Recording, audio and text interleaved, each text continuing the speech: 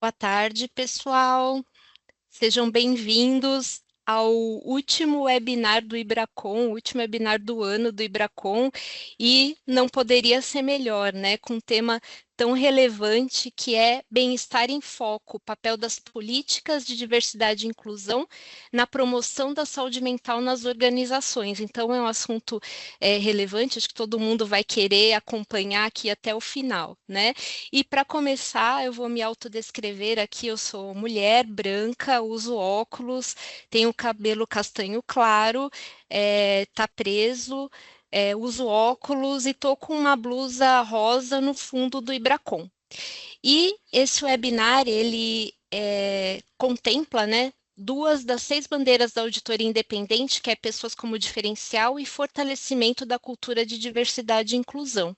Então, eu quero agradecer a todos que estão aqui, aos nossos convidados que daqui a pouquinho eu vou apresentar, e falar que esse webinar vai ficar gravado e vocês vão poder assistir depois no nosso portal www.ibracom.com.br. E se você também tiver alguma dúvida, quiser perguntar alguma coisa aqui para os nossos especialistas, deixa a sua pergunta aqui no chat que a gente vai estar monitorando e passando para que eles respondam posteriormente aqui ao vivo para vocês, tá? E também no finalzinho do webinar vai ter ali uma pesquisa de satisfação, a gente quer saber a opinião de vocês. E agora, né, não vou mais me atrasar aqui, porque o assunto é bem relevante, tem muita coisa para conversar. Eu apresento aqui a nossa moderadora, a Luciene Magalhães, que ela é líder do nosso Comitê de Diversidade e Inclusão, e o Gustavo Giuliatti, que é diretor de Saúde e Bem-Estar na Chip Benefícios. Então, muito obrigado por vocês estarem aqui. É sempre um prazer recebê-los, né? E eu passo a palavra aqui para a Luciene, que vai iniciar o nosso webinar. Obrigada. Bom, boa tarde a todos e todas, né? Que vocês estejam bem e que possam curtir aqui um pouquinho conosco essa oportunidade. Eu sou uma mulher branca, cabelos na altura do ombro, loiros, pintado, tá, gente? Tenho olhos azuis, estou usando óculos agora e sou mãe de 4 filhos. Um mais velho e trigêmeos relativamente novos, de uma geração mais jovem do que de vocês, então inserida aí num contexto de diversidade também bastante bacana, que é uma experiência de vida maravilhosa. E vou passar aqui a palavra para o Gustavo, para ele se apresentar. Antes de tudo, agradecê-lo, né, porque é uma referência no mercado, para que a gente possa se ajudar, contribuir com o mercado, com as pessoas que estão aqui, com aquilo que a gente possa representar, e curtir também um momento da nossa tarde aí super bacana. Muito obrigada pela presença e pela consideração em estarmos juntos. Gustavo, Obrigado, Luciana. contigo. Luciene, perdão. Que isso? Antes de mais nada, um prazer aqui, uma honra receber o convite do Ibracon e seu para poder estar nessa tarde aqui dividindo um pouquinho de conhecimento, né? E podemos falar aí um pouco e aprender certamente também com os colegas aí com as perguntas. Seguindo aqui o rito de apresentações, eu sou homem branco, de cabelo castanho, já uma parte ficando grisalho, não é pintado. Estou usando aqui o terno azul, estou num fundo de um emblema aqui de rosa com azul da Chip Benefícios, que é a empresa com a qual eu trabalho. Sou pai do Arley e do Gustavo e sou casado com a Juliana. Meus filhos têm mais velho 28 anos, o mais novo 21, então também vivo e no dia a dia essa questão que é um pouco do que a gente vai falar hoje das gerações, né, das diferentes gerações. Enfim, vai ser um prazer poder dividir um pouquinho do que a gente preparou aqui com com vocês essa tarde. E devolvo a palavra aí para a Luciene para que a gente possa aí iniciar o evento. Tá. Então, vamos lá, Gustavo, vamos esquentar os tamborins, né? Se puder, Letícia, se puder passar para o próximo slide. Bom, esse slide é um slide âncora, a gente combinou aqui como é que ia ser a cadência, né, da nossa apresentação, do nosso webinar. Mas vocês fiquem à vontade para enviar as perguntas à medida que vocês forem escutando, e para não esquecer também, né, de às vezes voltar a um assunto, às vezes a gente quer uma explicaçãozinha maior para poder também colaborar com os demais participantes. E aqui o que a gente tem é uma provocaçãozinha, né? O que saúde mental tem a ver com estratégia do capital humano, né? Tem tudo a ver, né? E o que isso tem a ver com diversidade? Também tem tudo a ver. Então, na estratégia do capital humano, esses elementos que nós vamos conversar aqui, entre outros elementos, eles não podem passar despercebidos, eles não podem deixar de ter uma ação para a execução da estratégia. Porque na estratégia de uma gestão de capital humano das nossas firmas, ou de qualquer empresa, né? Porque todas as empresas são feitas de gente, né? Vamos combinar aqui. Então, essa estratégia ela tem que considerar o bem-estar físico, a parte financeira, o perfil, né, dos profissionais que trabalham naquela atividade, os modelos de trabalho e a diversidade e os mais diversos componentes dessa jornada profissional. Então, a gente traz aqui só alguns elementos que nós vamos abordar durante essa apresentação, que vai estar relacionado lá a políticas, a estratégia de contratação, como é que a gente conecta, né, todas essas políticas de remuneração e bem-estar, e como é que isso se compõe, associado, obviamente, à inclusão, diversidade e equidade, que são componentes intrínsecos na estratégia de capital humano. Então, é só mais para a gente dar um pano de fundo do que vai ser abordado aqui, né? E aí, passando para o próximo slide, por gentileza, a gente começa aqui a contar com as oportunidades aí que o Gustavo nos traz de aprendizado, com certeza poderemos aproveitar bastante.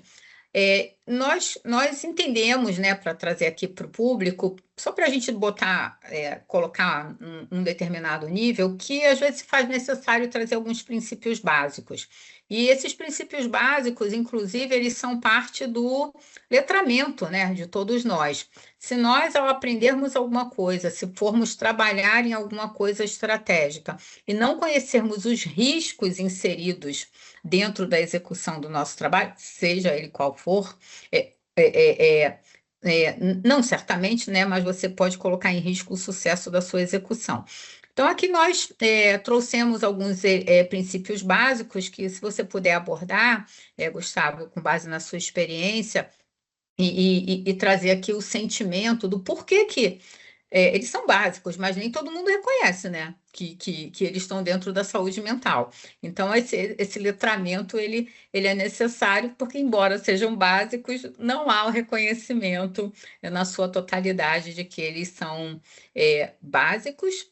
Não são simplistas, muito pelo contrário, eles são bastante complexos e eles são primordial na execução de uma estratégia de inclusão e diversidade e de capital humano.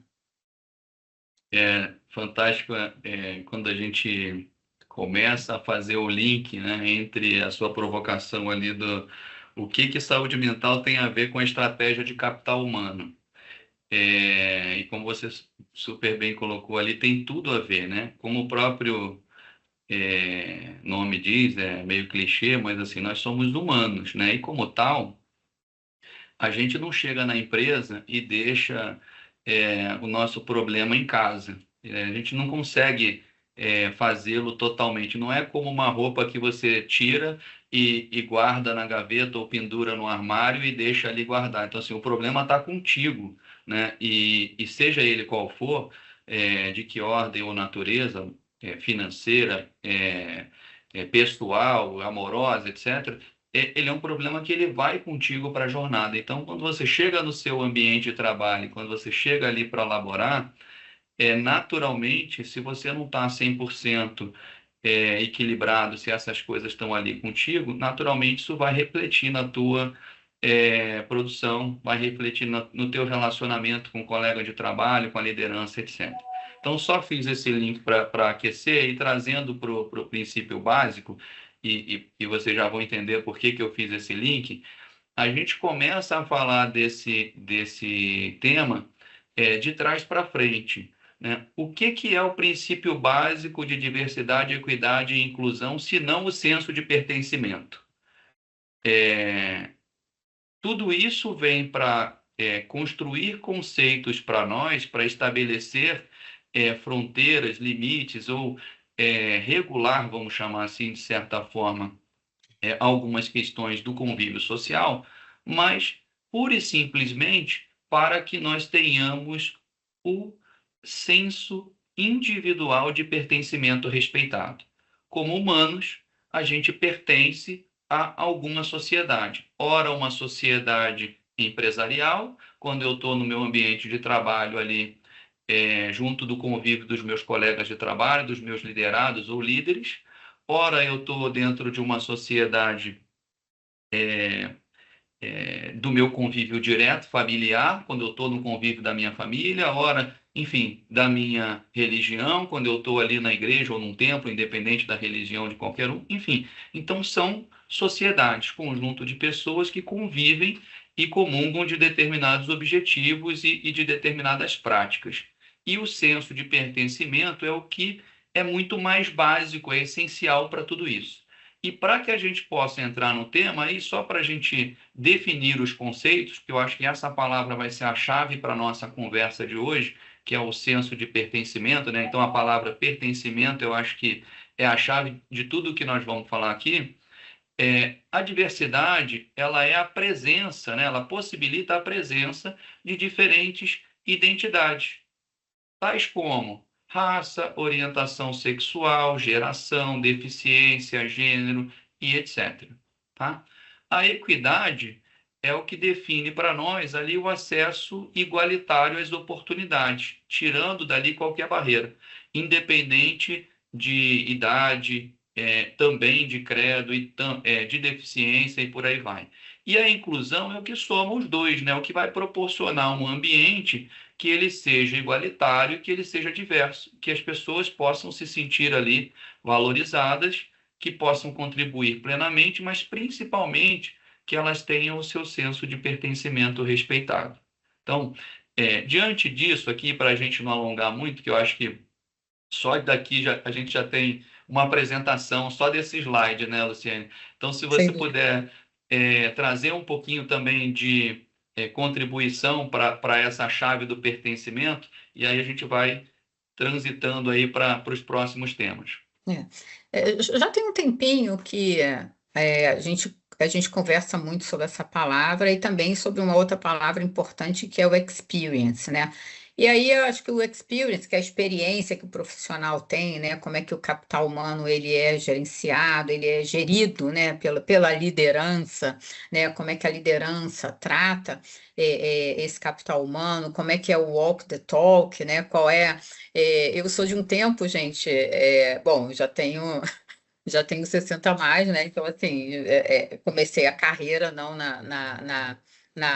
na geração de vocês, mas numa geração que também era nova naquele tempo. Mas naquela época, assim, as empresas tinham muros, eram verdadeiras fortalezas.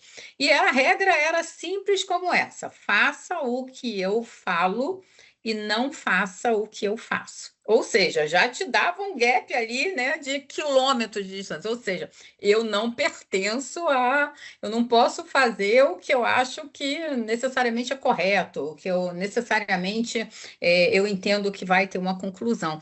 E isso distanciava muito as pessoas, né? Hoje uma expressão inglesa, né, o walk the talk, o que você faz. Você lidera, por exemplo, você dá os exemplos, você está centrado nos valores.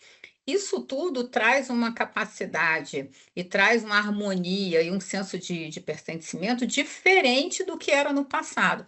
E que bom, né? Felizmente, as organizações e a administração dessas organizações perceberam isso, perceberam o valor, perceberam o quanto que isso causa, a falta disto pode causar de estresse no ambiente de trabalho. assim, levante a mão quem não passou ainda por um senso de estresse, de ansiedade ou de não pertencimento dentro de qualquer comunidade que você se relacione. Isso é normal, isso é do cotidiano da vida. E as empresas, né, diferentemente das ações que acontecem no meio da rua, tem que prestar atenção naquilo que ela pode implementar de política, naquilo que ela pode amparar com não só como uma política, mas como um comportamento que é esperado, respeitoso, levantando as bandeiras, colocando dinheiro, investindo nisso, né? Porque não há nenhum exercício de estratégia sem investimento. Então, isso foi amadurecendo, né, ao longo desses 30, 40 últimos anos aí de jornada, e faz com que hoje a gente possa aqui abertamente olhar aquilo que acontecia no passado e não repetir aquilo que não nos fortalece. Então, eu acho que essa jornada aí, Gustavo, esse ganho que nós tivemos, né, principalmente a minha geração, esse reconhecimento, a gente também precisa dar a essa transformação que as novas gerações trouxeram, né, que nos empurraram e que nos desafiaram a perceber esses elementos. Eu fico muito grata a essas novas gerações por nos empurrar com delicadeza, mas com o empurrão necessário. Bacana, muito bom. Pode passar o próximo slide, por favor? E aí, acho que trazendo um pouco, né, disso, a gente começa a pensar aqui nos impactos, né? Os impactos da inclusão no bem-estar psicológico no ambiente de trabalho. Acho que o ambiente de trabalho, ele tem de uma maneira bem direta, vamos falar assim, ele tem os impactos tanto positivos quanto negativos do bem-estar psicológico dos colaboradores, né? Exemplo do que eu falei ali anteriormente. Nós somos humanos, a gente não tira a nossa ansiedade, o nosso sentimento de discriminação, de exclusão, estresse, medo, seja lá o que for, como a gente tira uma roupa e deixa em casa. Ele vai com a gente para onde a gente vai. E se a gente não cuida disso, né, ele aumenta. E ele pode gerar bloqueio, isso pode fazer uma série de outras coisas e complicações, né? Então, dentro de um modelo de bem-estar psicológico no ambiente de trabalho, acho que recentemente, né, no nosso país, a gente teve agora uma atualização de uma das normas reguladoras do trabalho, que é a norma NR1. No ano passado, 2024, ela teve uma atualização, e essa atualização trouxe para dentro do ambiente corporativo empresarial uma preocupação que é o de mapear os riscos psicossociais, psicológicos, principalmente os que estão diretamente relacionados ao ambiente do trabalho, para que a gente consiga ali promover um ambiente mais adequado, né? Um ambiente de bem-estar para que os colaboradores possam laborar de maneira mais eficiente e cuidar para que não hajam ali excessos, seja por assédio, seja por falta de preparo, por excesso de carga de trabalho, etc., sem polemizar nenhuma matéria ou levar aqui para a defesa de nenhuma instituição de governo, mas é uma norma reguladora que tem ali até uma certa força de legislação e que passa a vigorar, já passou a vigorar a partir da sua publicação, mas que tenha seus efeitos aí imediatos a partir de maio do ano que vem. Então, a partir de agora, a gente começa a ter diálogos e preparações, os desdobramentos desse regramento para que a gente possa ter ali um ambiente mais seguro. E aí, falando dos principais benefícios aí do bem-estar psicológico, é naturalmente maior engajamento, maior produtividade, um menor absenteísmo por saúde mental, o que naturalmente traz ali o nosso capital humano, vamos falar assim, para uma condição de trabalhar melhor. E aí, Lu, só passar o próximo slide já para eu conectar a ideia, eu te passo aí Uhum. a palavra.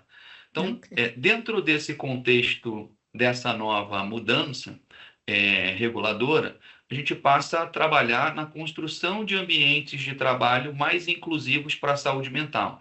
E o que essa regulação trouxe? ela trouxe para a gente basicamente que os líderes, né, os empresários, as empresas, elas precisam controlar três aspectos.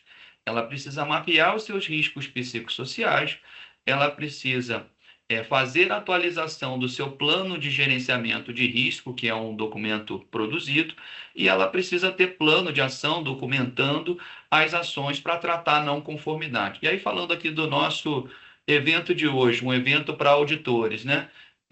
Isso é a nossa rotina, né? Fazer mapeamento de não conformidade, identificar qual é a solução que nós vamos dar para remediar essa questão e, a partir dali, monitorar o plano de ação, os investimentos, seja lá o que for, para fazê-lo. Então, sem delongar muito aqui para que a gente possa trocar aquilo, como estratégia de construção dessa relação de confiança, e perceba que eu estou o tempo todo olhando ali o senso de pertencimento e como que a gente liga isso na saúde mental. Como que a gente vai construir um ambiente inclusivo no ambiente de trabalho para a saúde mental? Investindo em política, né? E aqui a política, nós vamos falar de política de diversidade, equidade e inclusão, mas também vamos falar de política de saúde mental, né? O que é uma política de saúde mental? Eu não tolerar determinado tipo de comportamento, eu não aceitar determinado tipo de piada, enfim, cuidar, assim como a gente tem, né, no passado foram desenvolvidos ali, é, não normas, mas procedimentos, algumas empresas até chegaram a Cartilhas, criar normas, cartilhas. cartilhas ali de dress code e outras. Nós vamos ter isso também para o comportamento de saúde mental, inclusive com cuidado sobre o vocabulário, né, para que a gente possa ali manter o senso de pertencimento respeitado, sem ferir nenhum dos princípios básicos que a gente falou ali atrás. Então, acho que isso é muito importante, ter uma escuta efetiva, ativa entre as partes, né, os colaboradores, os líderes, ter espaço para que as ideias possam ser ali expostas, oferecer o apoio psicológico efetivo, né? Não, a gente não está falando aqui só de consulta com psicólogo ou programa bacana que a empresa venha a desenvolver, mas é um apoio efetivo, ter um espaço para troca segura entre o líder e o liderado. Poxa, me senti fragilizado diante de uma determinada situação, eu não tive o preparo suficiente ou o tempo adequado para isso, como é que a gente pode resolver isso de uma próxima vez? Então, acho que essa troca é muito importante e é importante que os líderes também se preparem para isso, que já é o bullet abaixo, né? O treinamento de liderança e o treinamento dos colaboradores nessas boas práticas de inclusão e de saúde mental são importantes. Existem hoje empresas que desenvolvem e vendem, inclusive, treinamento hoje, até de brigada de saúde mental.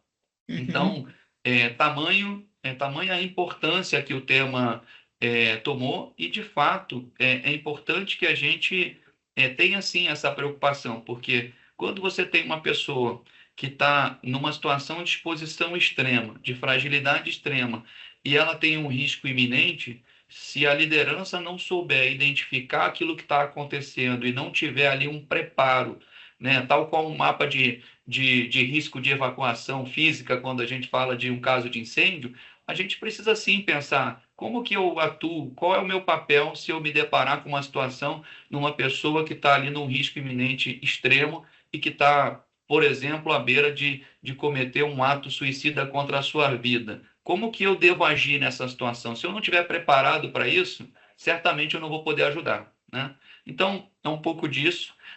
Passando a bola aí, Lu, para você complementar, eu acho que é super importante o papel da liderança na inclusão e cuidando aí da saúde mental do colaborador.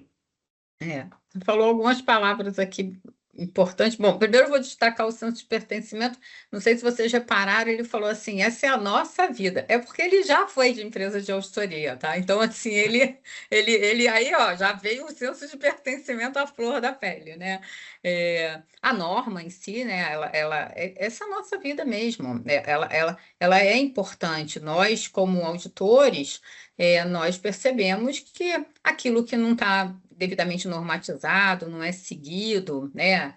Ele às vezes corre um risco maior, né? E para que correr um risco maior se nós podemos ter uma referência, né? Então, eu vejo com muitos bons olhos essa norma, eu vejo como uma jornada que vem sendo construída nessa linha do tempo que eu comentei. Ela é longa, ela não é fácil de ser construída, porque as empresas necessitam de uma verdadeira gestão.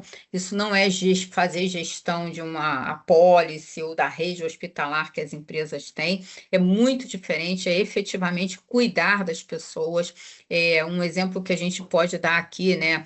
A empresa tem política para as pessoas que saíram de licença do INSS e precisam retornar.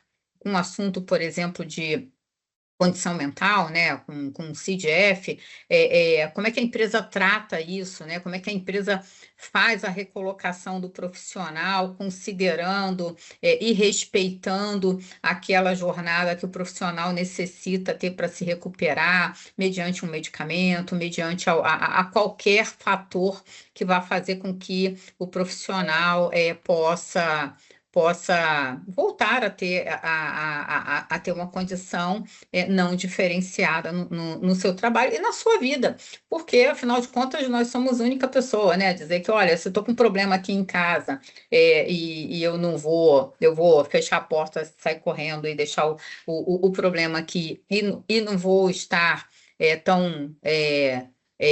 tão triste no trabalho, por exemplo, isso não é normal, né? Isso não é esperado. Então, esse letramento dos líderes, olhar para as pessoas verdadeiramente, uma atitude respeitosa, não só de saber se tecnicamente a pessoa está preparada, porque a gente trabalha também em empresas de auditoria, a gente sabe que treinamento não falta, né? A gente até reclama de tanto treinamento, mas fazer esse treinamento dos líderes para que possa valorizar e acolher a pessoa dentro da sua capacidade, né, pessoal e total, ele é muito importante. Eu vejo hoje que é algo que não está instalado ainda, tá, Gustavo? Eu não vejo isso como um grande programa institucional. Nós começamos a fazer os treinamentos, nós começamos a falar, nós começamos a fazer toda essa estrutura que nasceu, sim, por políticas de inclusão, inclusão, diversidade e equidade, nasceu de outras diversas políticas, mas o que eu vejo agora que as empresas estão fazendo é como se você estivesse juntando um mosaico. E qual vai ser o grande lance disso tudo? É treinar os líderes, porque nós somos seres humanos, nós temos baias, Bom, primeiro que o auditor critica tudo, né? Então, assim, nós temos um senso crítico um pouco acima da média. Então, fazer esses treinamentos e acolher, valorizando, né, essa condição humana, ele é muito importante e as empresas que conseguirem percorrer essa jornada e fechar isso com esse investimento que é muito importante, eu acredito que vai estar num excelente caminho no cuidado das suas pessoas, não só na parte técnica, como na parte psicossocial também. É verdade. Eu acho que, como todo movimento que requer ali a construção, né, de uma cultura, né, o aculturamento e naturalmente aí também o acolhimento, eu acho que isso leva um certo tempo. Eu acho que tem um movimento, ele já começou. Acho que as companhias estão se preparando e iniciando aí esse trabalho, muito também por conta dessa atualização reguladora. Mas acho que é exemplo de tudo que acontece no país, né? A gente teve conversando nas nossas preparações aqui preliminares. Acho que um ponto relevante que eu fiquei refletindo depois, assim, olhando um pouquinho para o aculturamento geral, né? Como era há anos atrás, o comportamento do brasileiro no trânsito, por exemplo, né? E eu fui extrapolando, eu falei assim, cara, eu lembro na década de 90, quando o Fernando Collor assumiu a presidência, ele foi super criticado quando ele comparou os carros brasileiros da época à carroça, porque eram tão simples e faltavam tantos equipamentos, e foi um choque para a cultura do nosso país naquela época, mas é uma grande verdade, um pouco do que você comentou hoje mais cedo. as pessoas não usavam cinto de segurança, muitos carros, sequer você via o cinto de segurança no banco traseiro, os cintos eram abdominais, oferecendo pouca segurança, carro com retrovisor do lado direito era mais raro. Eu lembro que retrovisor do lado direito era item opcional, né? Encosto de cabeça, que é outro item de segurança importante. Enfim, não estou aqui querendo desviar o foco para a indústria automobilística, mas só um paralelo rápido para a gente entender que, assim, era a nossa realidade, todo mundo achava aquilo normal e, de repente, passou a ser um pré-requisito. Hoje o carro tem que ter freio ABS, tem que ter airbag, sei lá quantos airbags e por aí vai, né? Cinto de 3 pontas e tudo mais. Depois foi a direção e o álcool. Era coisa muito normal as pessoas beberem e dirigirem. Acho que em alguns países do mundo, acho que hoje em dia ainda é assim. E depois começou a mudar. Então, assim, como tudo, isso leva um tempo para a gente se aculturar, mas eu vejo que assim, a gente está caminhando de maneira até acelerada nessa Uhum, direção, né? Acho que o sim. Brasil se sensibilizou de uma maneira diferente, está trabalhando. Eu acho que em alguns aspectos de inclusão ainda, talvez até por questões de recursos financeiros e públicos, né, de acessibilidade, e tal, acho que a gente ainda tem uma estrada longa a percorrer. Mas eu acho que, de uma maneira geral, a mentalidade do nosso jovem, a mentalidade da nossa população mudou muito e acho que a gente está muito mais preocupado com isso. Ó, essa foto aqui, por exemplo, né, que está aqui nesse slide, a gente não tinha combinado essa regra, mas hoje as empresas investem em móveis e utensílios que eles sobem e descem. Por quê? Porque ele te ampara, né, na forma como você está trabalhando. As pessoas são mais baixinhas, como eu, ou são mais altas, então, assim, isso tudo interfere. Quem é que, por exemplo, está com problema de coluna, sentindo uma dor, que vai trabalhar bem? Bom, eu não consigo imaginar, né? Então, parece que são coisinhas pequenininhas, né? Requer um investimento, ele não é baixo, mas ele tem que ser respeitoso. Quando a gente fala de diversidade, numa amplitude muito grande. A gente não está falando dos elementos, às vezes, básicos, né? A gente está falando, inclusive, de estatura, a gente está falando de condições físicas que um ser humano pode dar e outro não necessariamente pode dar, né? Nos equipamentos que essa empresa investe para ter. Bom, então eu tenho uma política de inclusão e diversidade, mas eu não tenho dinheiro, não tenho investimento para comprar equipamentos para as pessoas que não enxergam direito. Então, como é que as pessoas vão se sentir no trabalho? Como é que elas vão progredir no trabalho? Isso vai ocasionar, sim, um estresse, né? Porque a pessoa não vai poder progredir, não vai poder se comparar, não pode dizer que tem uma carreira, né? E isso, sim, traz circunstâncias aí bastante significativas na saúde mental de todos nós. É isso aí. Vamos dar mais um passo? Então, aqui a gente fala nesse capítulo de como estabelecer e fortalecer sentimento de pertencimento. Aqui, já descendo mais um degrau, a gente vai olhar um pouco do como. Como a gente Uhum, falou antes, garantir a diversidade e inclusão e dar voz para todas as pessoas é importante para que elas se sintam ali representadas, para que elas se sintam dentro dessa sociedade. Isso aumenta diversas coisas, dentre elas o engajamento, a valorização da marca da empresa, né? O sentimento de gratidão, de paixão pelo trabalho e por aí vai. E como que a gente pode fazer isso? Aqui a gente trouxe alguns exemplos, mas acho que a gente pode debater um pouco mais, né? Mas assim, uhum, o reconhecimento, né? A valorização, então ação de feedback constante ali com os colaboradores, ter métricas intermediárias, né? Não só a meta do desenvolvimento lá no plano de desenvolvimento de carreira, mas pensar, poxa, você daqui a 2 anos está sendo preparado para isso. Quais são as etapas intermediárias? Criar ali marcos não só individuais, mas também das equipes, né, de maneira coletiva. Pode ser um comportamento interessante ali, bimestral, trimestral, para você ir acompanhando a evolução, tal qual quando você está fazendo um programa uma dieta, por exemplo, você quer ver o resultado, né? Você começa a fazer o sacrifício ali no bom sentido, de restringir parte da alimentação em algum momento. Então, você tem ali a balança como um marco que vai te mostrar ali o indicador que às vezes é duro, né? Se deu ou não o resultado daquela semana na meta que você tinha estabelecido.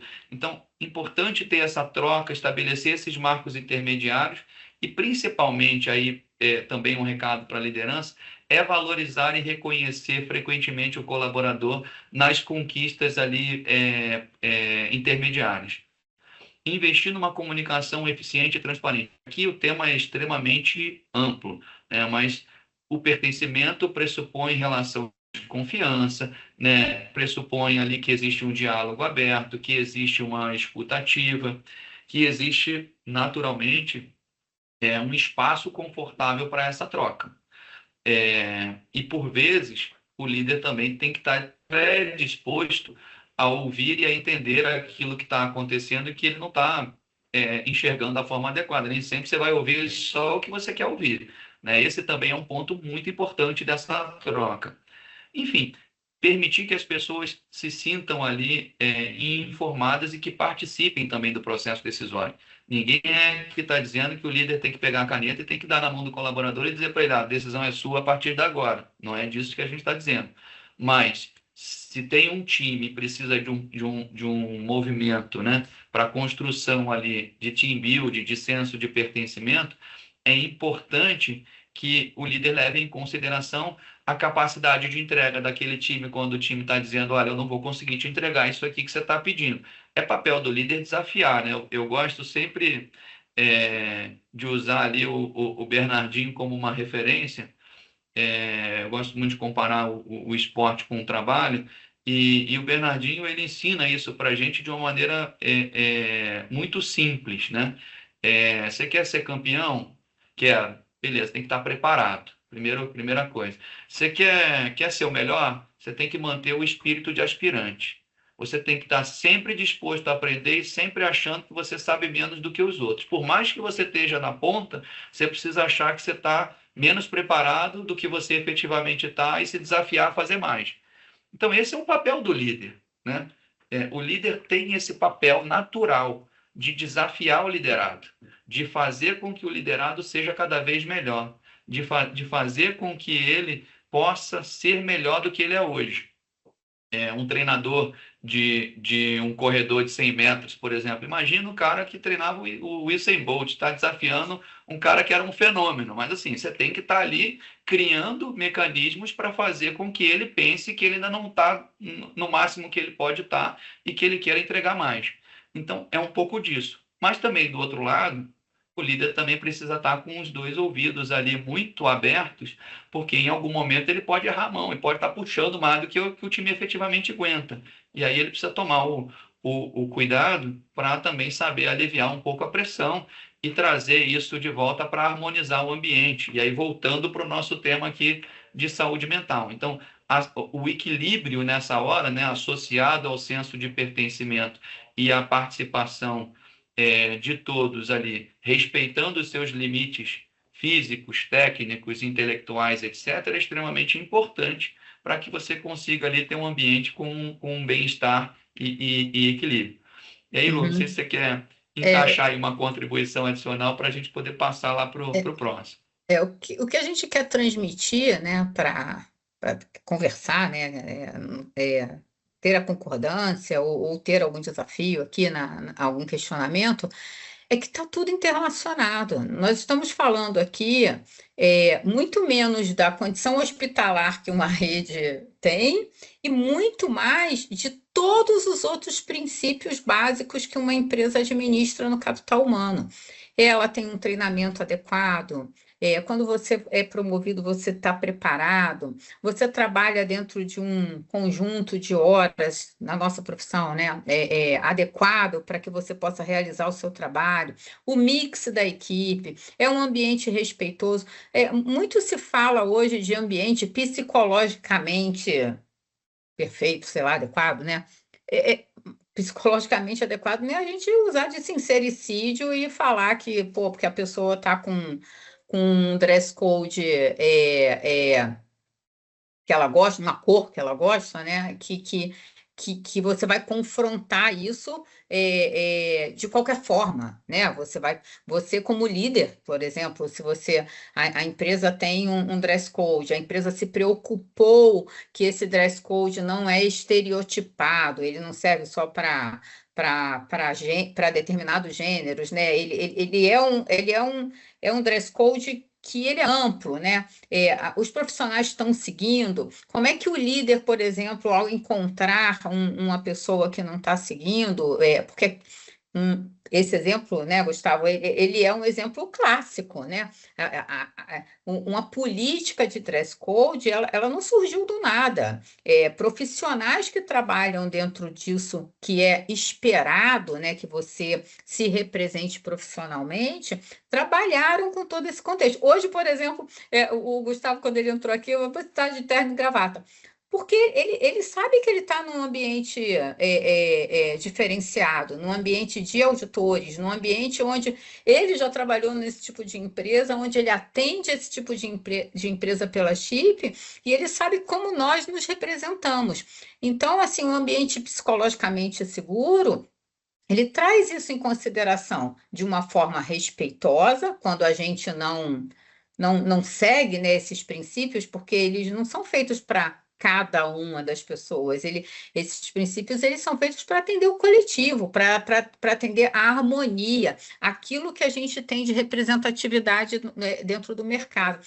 Então, o que a gente quer transmitir aqui é que esse conjunto de coisas é que vai te trazer esse senso de pertencimento e vai trazer a sua saúde mental, porque na hora que você puder e você precisar, nem puder, na hora que você precisar se posicionar num elemento de transformação, você faz com todas aquelas arminhas que você já ganhou dos joguinhos. Vou trazer um exemplo que eu tenho na minha vida particular.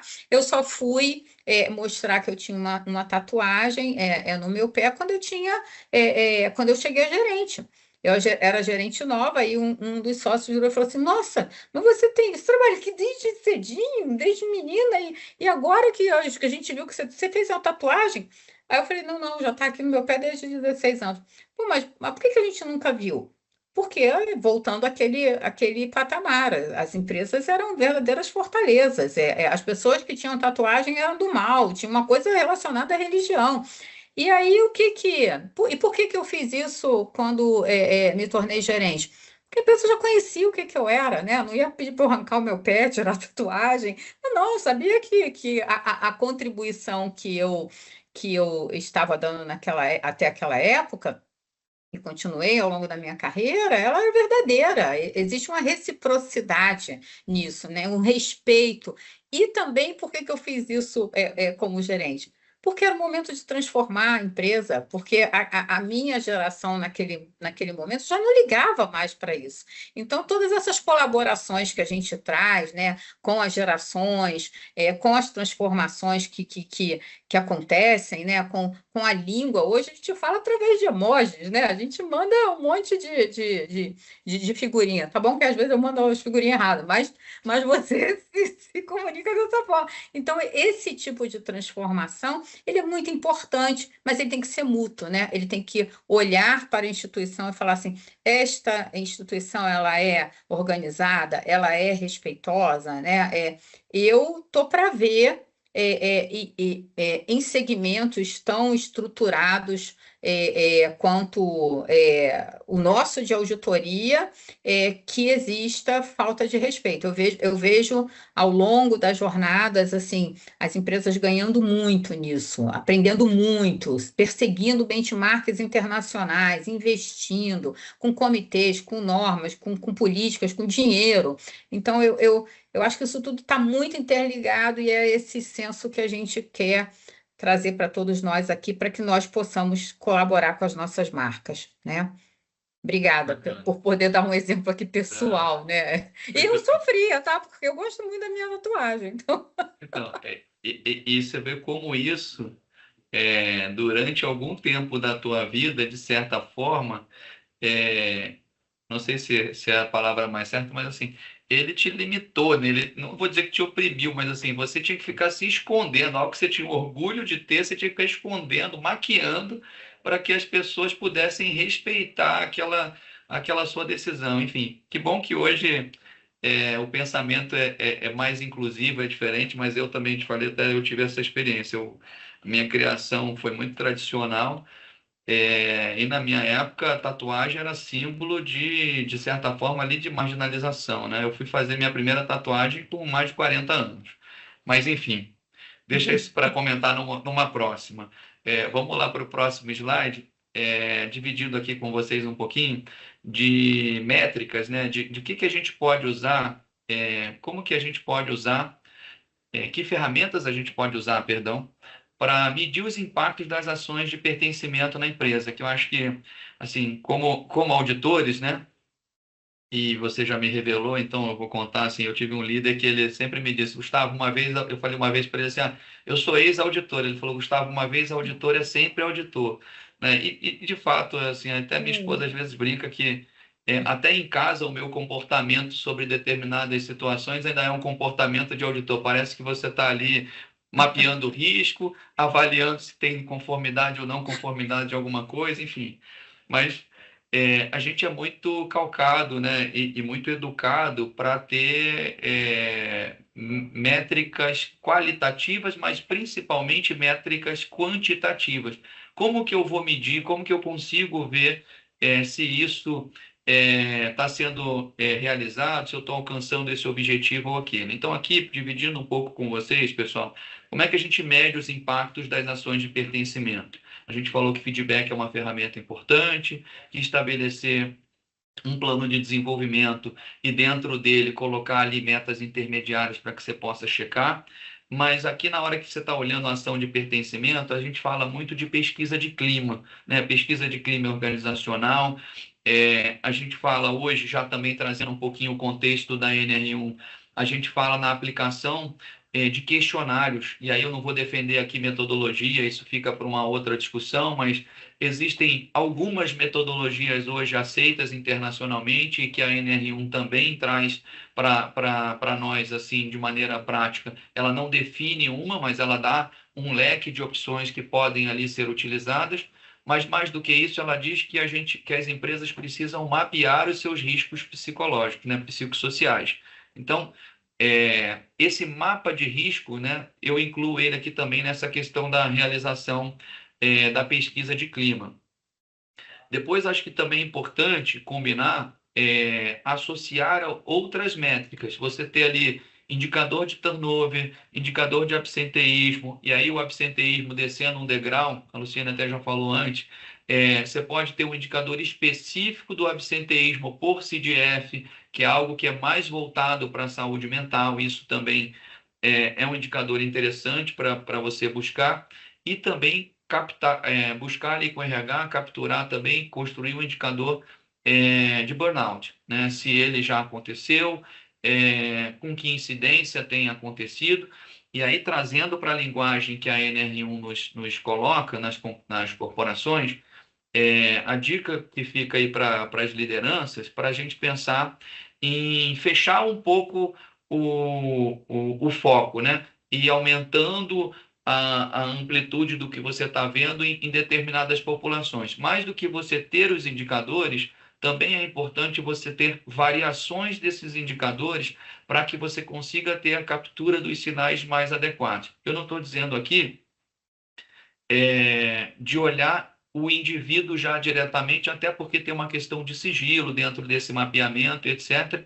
E isso também, até para que você tenha um mapeamento efetivo e de qualidade, você precisa manter ali o sigilo dentro de equipes de saúde que possam ali tratar o indivíduo. Mas, no âmbito geral, para RHs e para liderança, é importante olhar se tem concentração em alguma área da empresa, se tem alguma subempresa, algum subgrupo da empresa, se tem alguma questão mais direcionada ali, alguma liderança ou alguma questão, para que você possa tratar as ações ali de treinamento, enfim, e de acolhimento, tá? o feedback, de novo, é uma super ferramenta, super importante, associada a ela algo que também já se usa há algum tempo em muitas empresas, que é a entrevista de desligamento. Eu, particularmente, considero uma ferramenta riquíssima, porque na hora da saída, eu acho que o colaborador ele já não tem mais ali, vamos dizer assim, o que perder, vamos falar nessa relação, porque ele já está se considerando fora, então ele tem uma tendência de ter mais autoconfiança, de passar algumas questões que possam estar ali relacionadas ao ambiente de trabalho, que é muito rico para o RH e para a liderança estar ouvindo, não com o intuito punitivo, mas com o intuito de fato, de melhoria contínua, né? Falando de novo aqui para auditores, é o famoso PDCA, né? Como é que eu capturo aquilo que é importante para a gente estar trazendo aqui, desenhar plano de ação para que a gente possa promover ali a melhoria contínua, tá? Tá, ô Gustavo, a gente tem uma pergunta aqui e está relacionada a clima organizacional, as pesquisas, né? Que, Uhum. assim, te agradeço pra caramba ter colocado isso aqui, porque, assim, o RH das empresas fica com o pires na mão, né, uma vez por ano. E se tiver pulse, ferrou, porque aí são duas pesquisas e ninguém quer responder. E a gente fica ali quase. Bom, primeiro que não pode obrigar ninguém a responder, né? É um negócio que é antiético. Então a gente tem que ficar pedindo, né? Aí manda recadinho, mensagem, balãozinho, pelo amor de Deus, responde aí. Gente, este é uma ferramenta fantástica, que quando os profissionais entendem que ali você tem autoridade para falar, não é reclamar da empresa. Eu até brinco, eu falo assim, olha, todo mundo que trabalha aqui na empresa que eu trabalho pode reclamar, mas se sair daqui não pode mais, tá? Então vamos combinar aqui que eu não vou deixar falar mal da marca que me ampara, que me sustenta, que fez o que, de uma forma recíproca, né? O meu mérito da marca, eu não permito falar mal, mas não é esse falar mal que eu estou falando, é transformar, né? Olha, está faltando isso, está faltando aquilo, por que que a gente não faz diferente? Então, a pesquisa de clima organizacional, ela é uma ferramenta fantástica e que nos traz necessidade de ações corporativas dentro de uma estratégia de capital humano. E na minha função hoje, dentro da marca que eu trabalho, eu tenho que ter ações para os itens da pesquisa de clima organizacional, com investimentos, com dinheiro, para que a gente possa melhorar aqueles aspectos de clima organizacional que não estão indo de forma adequada. Então, assim, usem isso de uma forma apropriada, colaborem, transformem as marcas que nós estamos trabalhando, porque isso é em função do progresso do coletivo. E aí a pergunta que vem aqui, Gustavo, é se você teria condições de indicar alguns exemplos de ferramentas de mercado de fácil acesso para as firmas de pequeno porte, porque nós temos aqui profissionais de empresas de grande porte, profissionais de empresas de pequeno porte também, né? Você tem Uhum. algum conhecimento, né, de algum tipo de... E aí não é fazer propaganda do Não. provider, né? Se existe, se alguém pode te procurar, né, para você Sim. dar uma consultoria nesse assunto, né? De pesquisa de clima organizacional, não é a minha área de domínio, mas a gente tem, sim, dentro aqui da companhia, a gente tem uma área que a gente cuida direto de RHs. E aí eu posso depois direcionar, pode deixar meu contato aí, pessoal, eu posso procurar aqui ferramentas específicas com esse nosso time e dar aí para vocês as dicas. Mas uma ferramenta que eu acho que é nova, né, relativamente nova, porque ela vem direto pela regulamentação da NR1, vem como metodologia recomendada, e naturalmente, que fique claro aqui, assim, não é uma pesquisa de clima organizacional, mas é uma Sim, ferramenta que ela te permite um mapeamento de risco psicossocial. E esse mapeamento de risco psicossocial, ele vai trazer as questões do indivíduo colaborador mais intimamente relacionadas ao ambiente de trabalho. Então, ela vai falar muito da relação do liderado com o líder, de metas, né, do quanto ele tem recebido de treinamento, se ele está se sentindo totalmente capacitado e suportado para estar realizando determinadas atividades e tarefas. Então, assim, num âmbito preliminar, eu acho que para uma empresa de menor porte que não tem ainda uma estrutura ou um arcabouço ferramental ali mais robusto, usar o COPSOC 21, que vem suportando ali a NR1, que é um questionário de 21 perguntas, eu acho que pode ser um primeiro passo Caminho. interessante. Vai ajudá-lo no mapeamento de risco psicossocial que é regulamentar, ele vai precisar cumpri-lo a partir do ano que vem, e naturalmente ele já terá ali um primeiro passo para entender um pouco mais a companhia. Eu acho que pode ser um caminho interessante. É. E faz no Forms, né? Joga no Forms, que é o Word, e aí você define as métricas, apura as métricas, né? Então é uma forma bastante razoável. Faltarão alguns outros elementos, né? Porque ali está muito destinado à área de psicossocial, né? E a pesquisa de clima organizacional, ela É bem tem mais outros aspectos salariais e outras coisas, né? Mas o Forms é um modelo, né, mais simples, mas a depender também do tamanho da estrutura, não deixa de ser eficiente, né? com certeza. O importante é fazer. O importante é fazer. É, O importante é fazer. E estamos juntos, gente. A gente ajuda também, tá bom? Obrigada nada, pelos exemplos. nada. Vamos dar mais um passo aqui para a gente falar da importância do papel da liderança aí na saúde mental. A gente já falou um bocado, não vou aqui investir muito tempo nesse ponto, acho que vou deixar até para você falar mais, Lu, aqui, mas assim, eu queria frisar duas coisas que eu acho que são fundamentais, né? O líder é um agente de transformação, então a gente grifou ali essa palavra transformação para que fique claro para o líder que assim, a construção desse ambiente de bem-estar, a construção do senso de pertencimento dos colaboradores, assim como a harmonização desse ambiente é sua responsabilidade. Não é do colega do lado, não é do seu líder, né? Cada líder, independente de nível, gerente, diretor, sócio, etc., né? Trazendo aqui um pouco para a realidade das empresas de auditoria externa, Uhum. ou de auditoria de uma maneira geral, a gente não pode esperar que a responsabilidade seja exclusiva do RH, a gente não pode esperar que a responsabilidade seja do sócio da prática de diversidade, a gente não pode esperar que seja do sócio maior do escritório. A responsabilidade é de cada líder.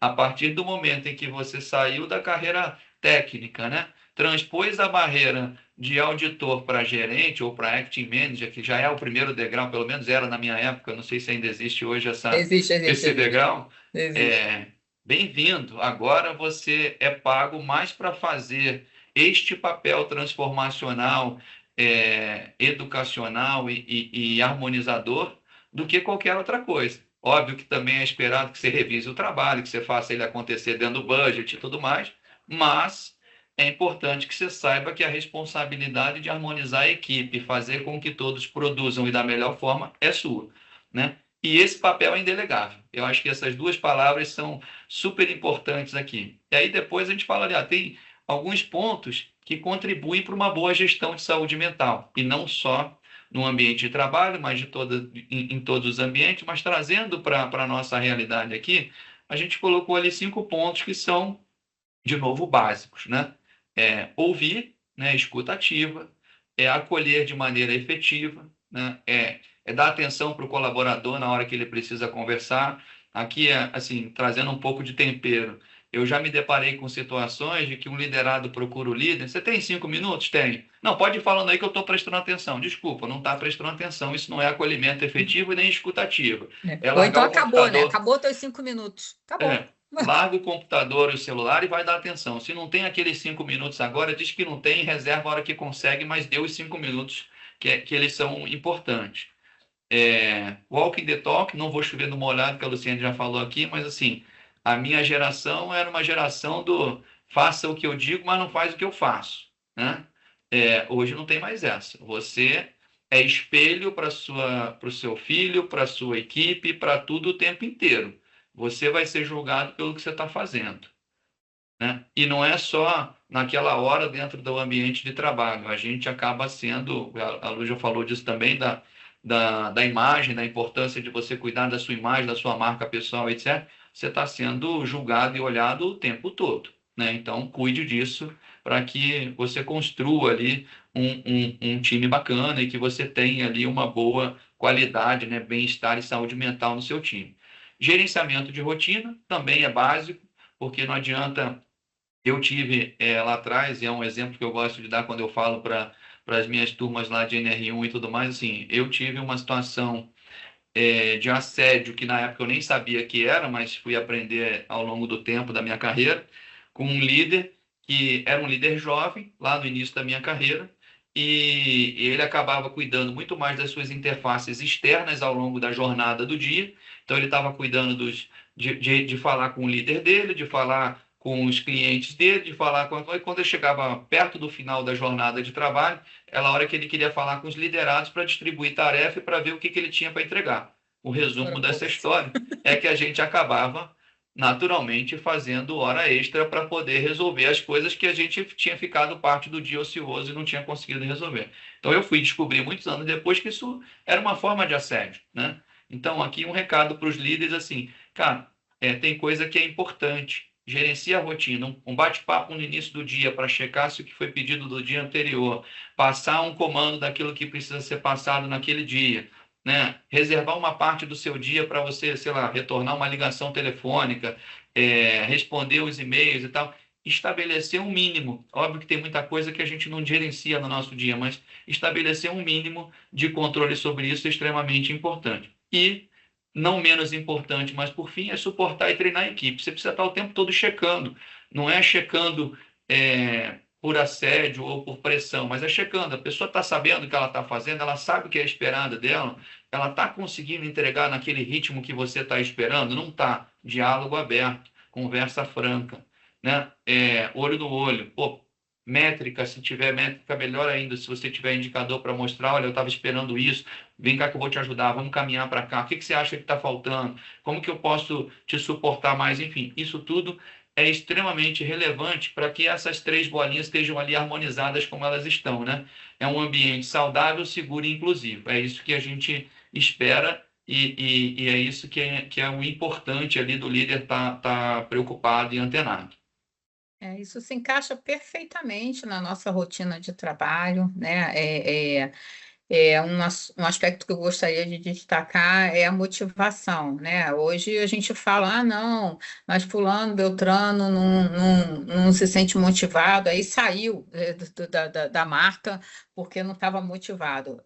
Invariavelmente o líder tem essa responsabilidade, né? Porque ninguém que que está desmotivado vai conseguir motivar a outra pessoa. Então, quer sentar numa cadeira, entende que já tem as credenciais necessárias para isso, é de muita responsabilidade, porque você está conduzindo um coletivo, né? Pessoas com diferentes características, com diferentes condições de mobilidade, né? Vamos falar de novo de outra política de modelos de trabalho que a gente vê aí, vê as confusões que tem no mercado, né? Porque modelo de trabalho remoto só apareceu depois da pandemia, porque foi a primeira vez no mundo, né, no planeta, que o ser humano precisou viver aquele modelo, e aí olhou para o modelo e falou, "Pô, mas pode ser um modelo diferente? Pode, mas pode ser só assim, só assado? Não, vamos testar, vamos aqui.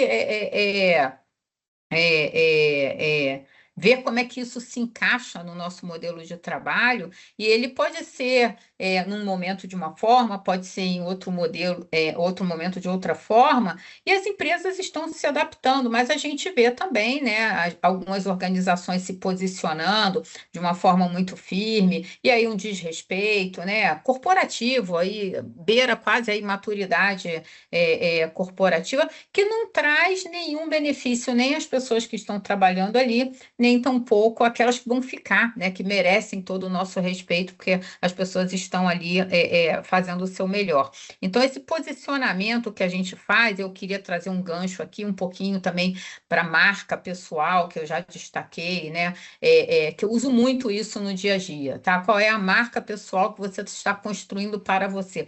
E essa marca pessoal, com a quantidade de filhos que eu tenho, também uso para eles, né?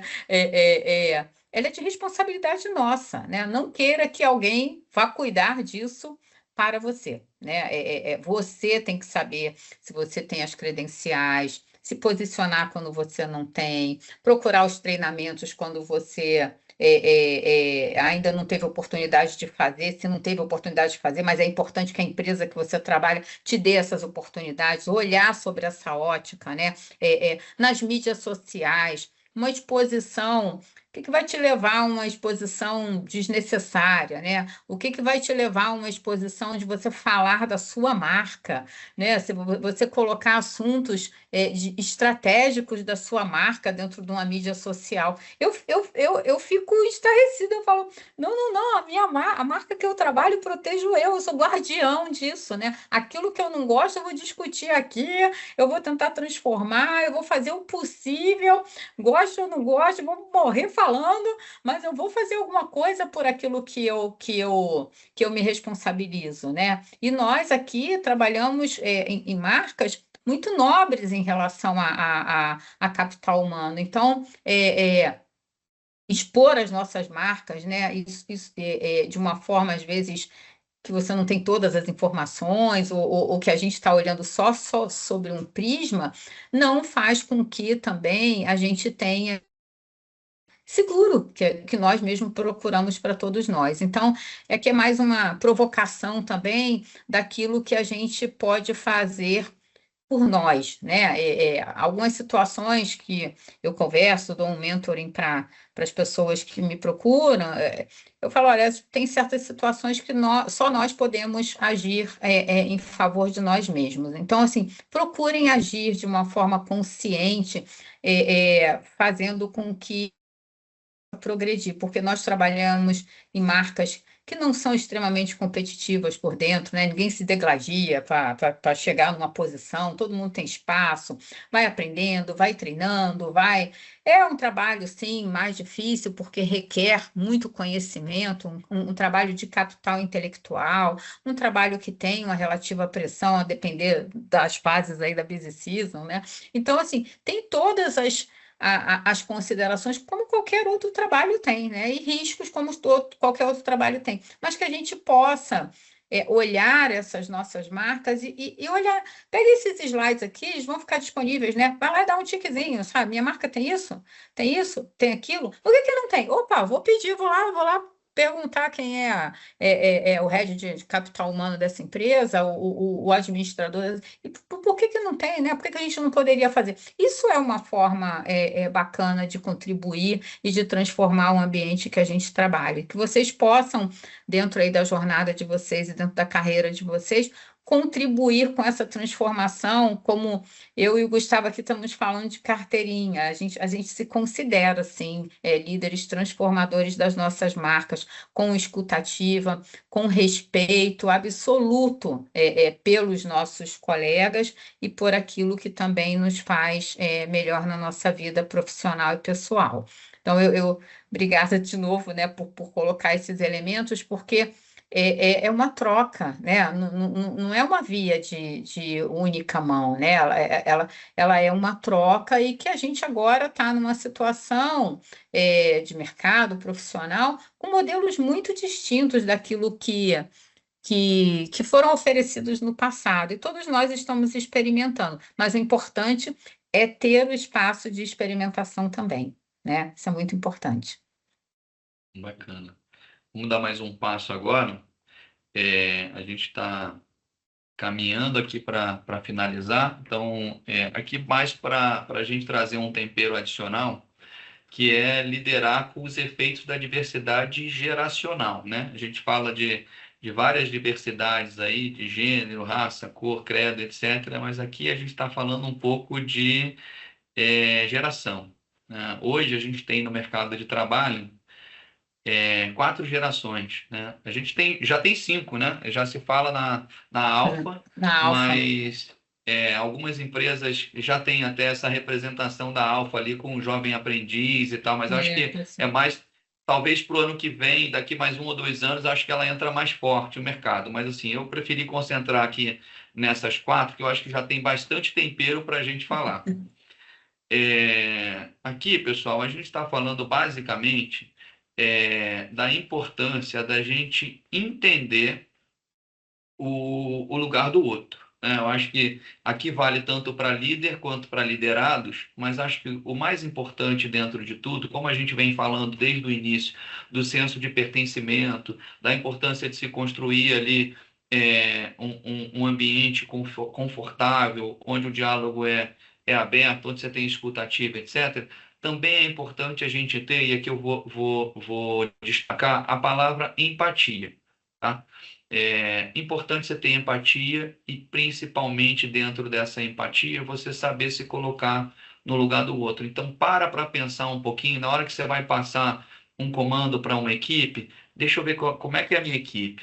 Quanto heterogênea é essa equipe, né? Se eu estou passando uma instrução para uma pessoa que ela está ali na geração do Gustavo, ali na geração X, cara, eu preciso entender que ele é mais visual, ele precisa ali de alguma coisa para ele tangibilizar, para ele entender e tal. Se eu vou falar mais com alguém ali da geração ali do Baby Boomers, eu preciso, cara, me preocupar de repente fazer uma prévia, de ter uma conversa ali olho no olho, né, individualizada. É uma geração que ele precisa desse diálogo mais aproximado para ele se sentir parte disso. Ao passo que se eu vou falar com uma pessoa da geração Z, se eu mandar um áudio no WhatsApp, está resolvido o problema. Uhum. Né? Então, a gente precisa aqui, a palavra-chave, acho que além da empatia, se vocês me permitem fazer a inclusão de mais uma aqui, eu acho que é a adaptação. A gente precisa adaptar a nossa linguagem, o nosso discurso, a nossa forma ao nosso público. Nem tudo que vai funcionar para uma pessoa vai funcionar para uma geração, vai funcionar para outra. Então, é legal a gente entender.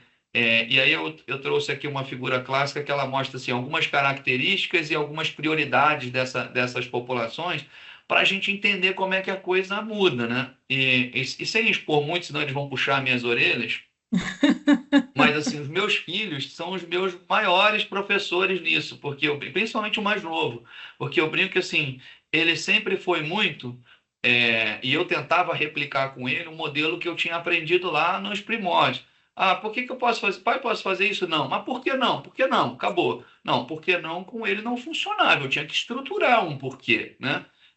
A gente tem que ter uma lógica. Se ele não tiver um entendimento claro e o contrário também, o porquê sim também. Não, eu quero que você faça isso. Tá bom, mas por que que você precisa que eu faça isso? É quase que uma linha de convencimento. Então, esse é um exercício que eu acho que a gente tem que ter na nossa vida, no nosso ambiente de trabalho. Tanto o porquê sim quanto o porquê não são importantes para essa geração Y e Z, né?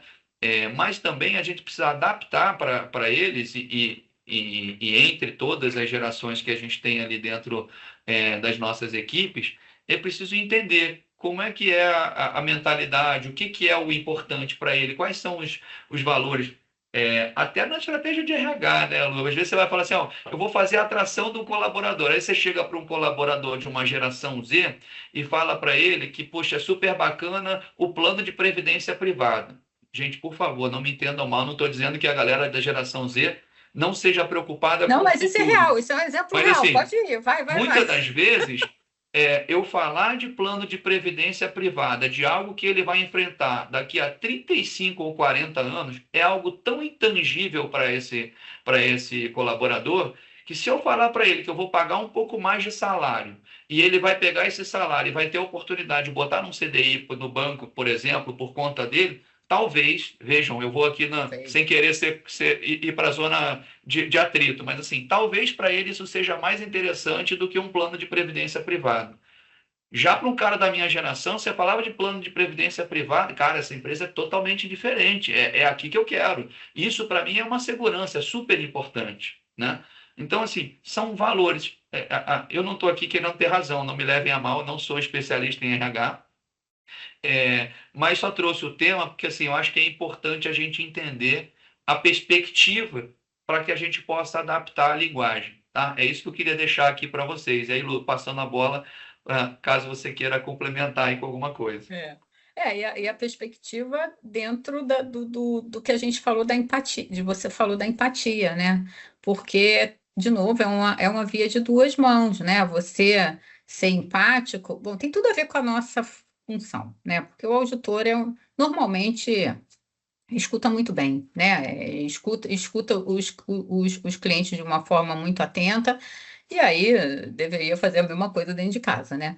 Então, assim, ter essa perspectiva do que é esperado, né, entre as gerações, não é só uma leitura a pessoa que está numa alta liderança ou que tem mais, é da geração X ou Y, tem em perspectiva. O que eu acho importante aqui na linha do respeito, né, é que hoje nós já vivemos, talvez não baby boomers, né, eu ainda não consigo identificá-los das nossas marcas, mas nós já temos 4 gerações, sim, dentro das marcas que nós trabalhamos, e essas gerações elas acabam conflitando por modelos mentais, por modelos de posicionamento, por formas de transformar as coisas, pela velocidade, né? Por aquilo que a tecnologia, por aquilo que a geração Z, por exemplo, já nasceu digital, né? Por receios que a geração X tinha, que a geração Z nunca vai passar, por receios que a geração Z hoje está passando, e eu vou deixar uma aqui, né? Por exemplo, outro dia eu vi nas mídias, tá? Que eu fiquei até preocupada e até procurei um grupo aqui dentro da empresa que eu trabalho para conversar, porque o pessoal fala assim, poxa, a gente está colocando tanta tecnologia, como é que eu vou ser um, um, um gerente, né? Com tanta experiência como os gerentes hoje têm. Aí eu falei, caramba, eu não tinha em perspectiva que a geração que já nasceu digital pudesse estar com receio de não ser um PMO adequado. Imediatamente nós trouxemos treinamento de PMO. Imediatamente. Foi assim, ó. Opa, peraí, por que o pessoal está nas mídias colocando isso? Porque o pessoal reclamou? Não, não, porque as pessoas estão preocupadas com o seu futuro, estão preocupadas com o seu crescimento. Então, esse tipo de sacada, né, é que a liderança tem que ter, tem que estar atenta àquilo, né? E tem que e as pessoas que estão nessa necessidade de transformação terem sim a capacidade de colocar essas preocupações, porque elas são muito diferentes, mas às vezes elas se interrelacionam como essa, né? Olha, a geração X teve mais vivência em PMO do que hoje eu terei por conta das funcionalidades. E eu não posso deixar que essas funcionalidades venham a trazer uma consequência no meu aprendizado. Então, a gente está falando disso tudo, de aspectos de inovação, de aspectos de aprendizagem, que está dentro desse contexto diverso, nas mais diferentes características que a gente possa denominar diversidade, para que a gente possa juntar tudo isso e colocar dentro de um ambiente estratégico, dentro de ações, né, e prioridades, né? Porque aqui a gente está falando de muita coisa e a gente precisa entender quais são as prioridades que a empresa tem, porque isso tudo não se constrói também de um dia para a noite, né? Também a gente não vai chegar e achar que a empresa também vai conseguir fazer isso tudo em um ano, só no exercício fiscal. Isso aqui, planejamentos estratégicos, ações de longo prazo, ações que vão ser perpétuas, né, numa empresa, elas são pensadas com a capacidade de mais longo prazo do que de curtíssimo prazo. Então, eu acho que isso eu tenho a destacar aqui como experiência nessa área de capital humano, estar atento a essas diferentes necessidades. Legal. Pode passar o próximo slide. A gente basicamente já falou dele todo aqui, pessoal. A ideia era dividir um pouquinho a linha do tempo aqui na direita, né? Com o passar dos anos ali, onde a gente encontra cada uma dessas gerações, inclusive ali eu trouxe a Alfa, que eu já mencionei, né? Por ser uma geração que começa ali em 2010, eu acredito que ainda não esteja no mercado de trabalho, está Acho que chegando não. aí, mas enfim, de tudo aqui a gente já falou, e o principal eu acho que tá no resumo aqui de baixo, mas a gente já trouxe para vocês aí os desafios de comunicação, a importância da adaptação do estilo, de valorizar a pluralidade, perdão, favorecendo ali o engajamento e a produtividade. Então, assim, fechando aqui a nossa participação, vamos falar do último slide, eu vou aproveitá-lo para responder uma pergunta que veio aqui para a gente, Lu, que diz o seguinte: diante do papel do líder, quais temas poderiam ser desenvolvidos com a equipe para contribuir com a saúde mental no trabalho, considerando um treinamento que não dependa da equipe de RH? Acho que a pergunta vem super a calhar com o que a gente colocou aqui Nossa, nesse slide de desfecho, né? sim. Então, aqui ajudando aí a responder o colega, obrigado pela pergunta, tá?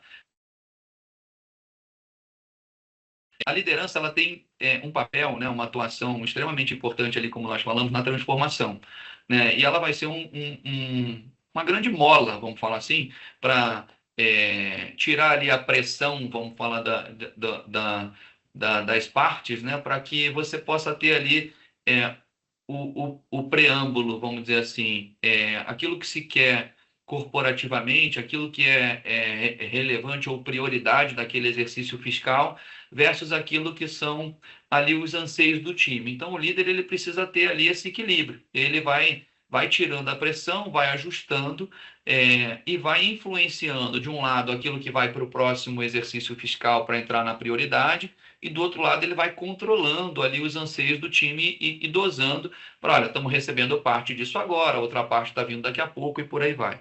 Então, a analogia que a gente diz aqui, né, que o líder eficaz, ele vai precisar trabalhar em três dimensões muito relevantes ali nessa relação com os liderados. Ele precisa de compreensão, e ali nós estamos falando de uma série de coisas, né? Isso que a gente já falou, escuta ativa, uma relação ali olho no olho, é um feedback honesto, preparado, é um plano de desenvolvimento. Ele precisa de respeito, aí nós falamos de empatia, falamos do sentido do pertencimento, etc. Depois ele também precisa da adaptação, ele precisa entender que cada um é um indivíduo, né? E como tal, cada um tem uma necessidade, tem uma forma, enfim. Então, trazendo ali para essas três dimensões, eu diria que uma estratégia de liderança eficaz, ela vai passar por reconhecer a característica de cada membro da sua equipe, e aqui um exercício de treinamento pessoal para o líder, antes de mais nada, é ele entender o como eu estou adaptando a minha linguagem para cada geração ou para cada público que eu tenho, seja na minha equipe ou seja quando eu estou passando ali por outras equipes. Eu me lembro que na minha época de auditoria externa era muito comum, né, num projeto, o líder ele não tem uma equipe fixa, né? Você tem para cada projeto uma equipe. Então, esse desafio para os colegas que estão aí nas companhias de auditoria externa, ele é ainda maior, porque você precisa ter essa empatia mega aguçada, né, e uma capacidade de adaptação de linguagem para cada job, vamos falar assim, né? Normalmente os jobs eram de clientes de determinado porte era de um mês. Eu não sei se ainda é assim, né, Luciane? Às vezes Tem de tudo. um cliente muito grande, né, uma indústria, tipo uma siderúrgica muito grande, era job de um ano. A equipe era Sim, fixa e tudo é assim mais. mesmo. Então, é, aí fica mais fácil para esse líder, porque ele tem uma equipe que eventualmente entra alguém para suprir ali uma necessidade dentro de uma determinada matéria, mas de uma maneira geral ele tem um número de colaboradores ali mais fixos. Eu participei dos dois cenários. Eu tive dentro de trabalhos que eu Bem, entrava para dar um suporte ali pontual e saía, e participei de trabalhos que eu fiquei alocado um bom tempo. Então, eu acho que o segundo, que é onde você tem uma equipe que está mais perto de você mais tempo, acaba sendo mais fácil da construção dessa estratégia aqui, que é respondendo a pergunta do colega, como que eu posso, né, quais temas poderiam ser desenvolvidos? Eu diria aqui comunicação, essa comunicação aberta, esse diálogo sincero e aberto, independente se é uma equipe de curto prazo ou de longo prazo, ela é importante. Estabelecer os limites ali, até onde você pode ir, o que você pode fazer e criar essa relação de confiança. Construir ali com a turma um pouco do que a gente chama de team building, né? Tipo, quais são as habilidades, quem tem mais a contribuir com isso, e também se colocar no papel de aprendiz. Eu acho que isso é importante, também aproxima mais o líder do time, e na hora que você inverte esse papel e passa para quem domina mais aquela matéria a responsabilidade de te liderar, também aguça muito esse exercício do pertencimento. Eu tive um líder que fez isso comigo quando eu era muito jovem. No primeiro momento, isso me assustou. Eu falei, pô, esse cara tá querendo me expor para me ejetar, né? Você ficava naquela desconfiança. Daí você começa a perceber o porquê daquilo, como aquilo é positivo e como isso nos fez crescer juntos, é algo que também é bacana.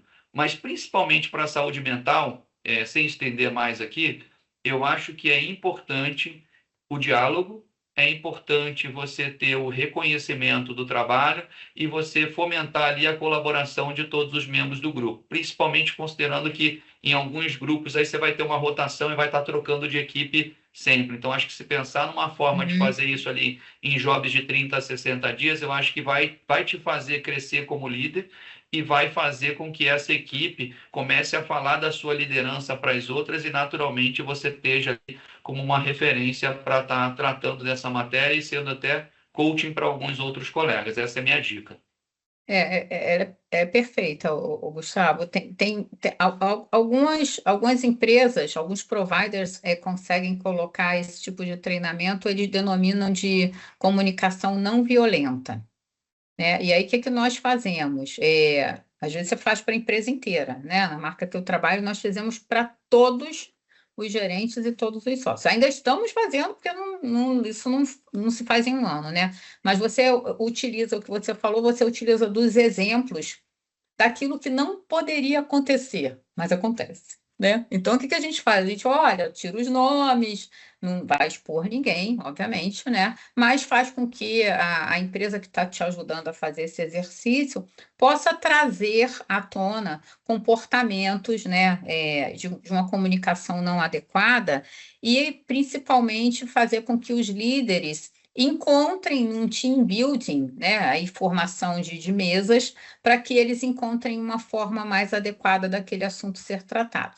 É excelente, sabe? Tem chororô no final, tem abraço, tem aperto de mão, entrega de chocolate, porque as pessoas começam a olhar e falar, pô, mas eu nem sabia, né? E aí a outra fala, pô, mas eu podia ter feito dessa forma. Então, é um exercício fantástico. E quantas vezes nós possamos fazer, você se torna ainda mais assertivo nas suas colocações. Então, esse exemplo é muito bom. Tem empresas que já fazem, tem institutos muito renomados fazendo esse tipo de exercício, mas tem que trazer tem que trazer a realidade da empresa, da cultura da empresa, né? Não é trazer os casos fictícios, porque aí o pessoal fala assim, isso não acontece aqui.